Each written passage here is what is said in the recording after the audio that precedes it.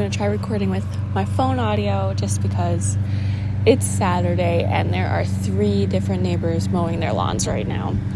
But I don't have time to wait all day, so we're just going to give it a go. Good grief. You know, I was just thinking about how a garden is such a great analogy for life in so many different ways, so I wanted to talk about that today. You know, when you first start a garden, you prepare the ground, you plant the seeds, and for weeks, nothing happens. You don't understand. You do everything right, and there's nothing to show for it. For 2, maybe 3 weeks sometimes. And it's just like, what the heck, man? Why isn't it here? Why is nothing showing for all my work? There's just nothing and nothing and nothing, and then all of a sudden, there's something. Everything is sprouting.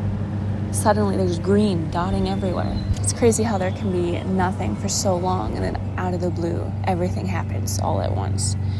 And I think that can be representative of life in a lot of ways.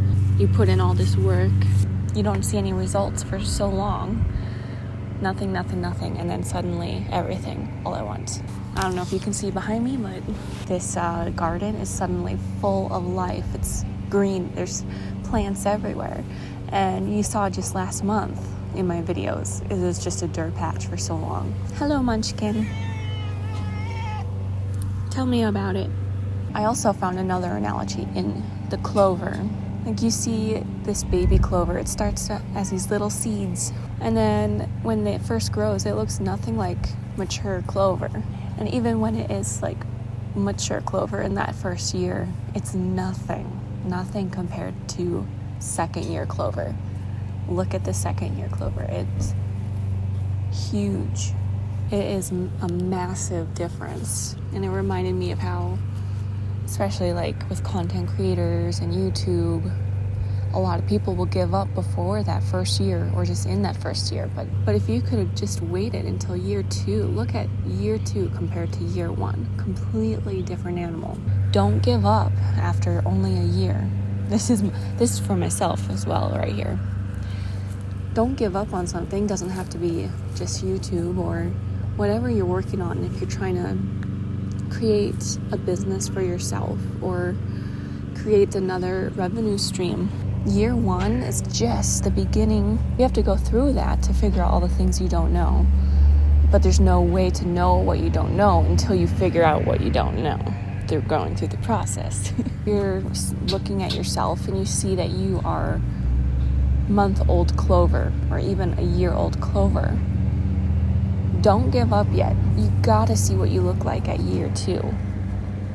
Completely different.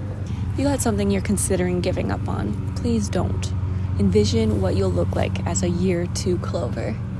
And go ahead and share what you're working on in the comments. We can encourage each other. Sometimes just speaking out what you got going on can make yourself accountable for it. Even if no one else really cares, the fact that you wrote that down and could put it to words makes it more real to you in a way. My last analogy is kind of a funny one. You see me here with these dandelions and this tool. I find it funny because yesterday I posted a short. Lawnmower number 4. Good grief. Yesterday I posted a short that got a lot of views for me, like 10K views, and it got about 20 comments. The short was of me removing dandelions from the yard. It was supposed to be like a fun, satisfying ASMR type thing. But what was so entertaining to me was almost every person was saying, stop, those are medicinal herbs, those are so beneficial and good for you. What are you doing? And it just, I don't know, it cracked me up so much. Like that all these people were getting so mad at me. And it also made me think about life in a way. Sometimes there are good things, and there's nothing inherently wrong with those things, but applied to you or your specific situation could actually be harmful. Just because someone says it's good and it's good for them doesn't mean it's good for you. Like, take things with a grain of salt, you know.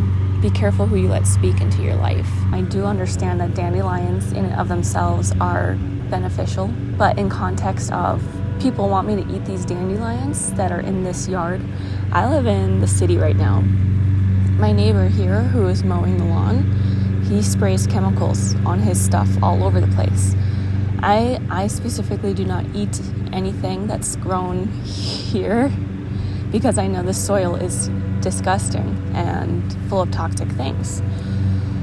I'm not eating anything that I'm planting in that garden because I know so many chemicals get washed into the soil here. Fruits and vegetables in and of themselves aren't bad things. Herbs aren't bad things. I would love to make dandelion tea sometime if I, did an indoor box window thing, controlled the soil, made sure I knew what was going in there. But I'm just not doing that right now. But the fact that so many people get mad because I'm pulling out this good thing is taking over our yard. And if I let this have control of our yard, that's not a good thing. This thing that's not inherently bad can become a bad thing if I let it take over my life. Get what I mean? See the analogy? Hopefully you can connect the dots if I'm not making sense. Something that's not necessarily bad can become bad if you let it overtake your life and have dominion over your life/yard. And just in general, so many people can just get mad at you for what you're doing. Like, watch this. It's so huge.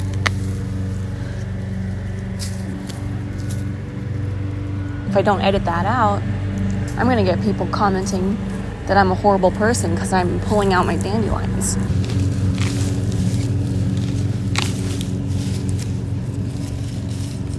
I have to practice not caring. In this case, with the people commenting on my dandelion video, I don't really care. I don't care that there's a bunch of people mad at me about dandelions. But I do care about certain other things. I definitely have had issues with caring about what certain family members think about me.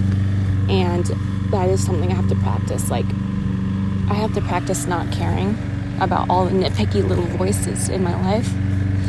And I might have to actively remove those voices from my life. Like, actively removing these dandelions. Anyways, I just found a few allegories out of the yard and the garden, and hopefully that can encourage you.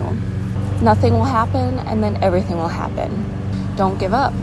And year one is nothing compared to year two. Baby clover to year one clover to year two clover, completely different things. Do not give up. Keep pushing towards what you're working on. Most people will give up right away. Most people will give up before year one even concludes. I don't want to be that person, and I hope you don't either.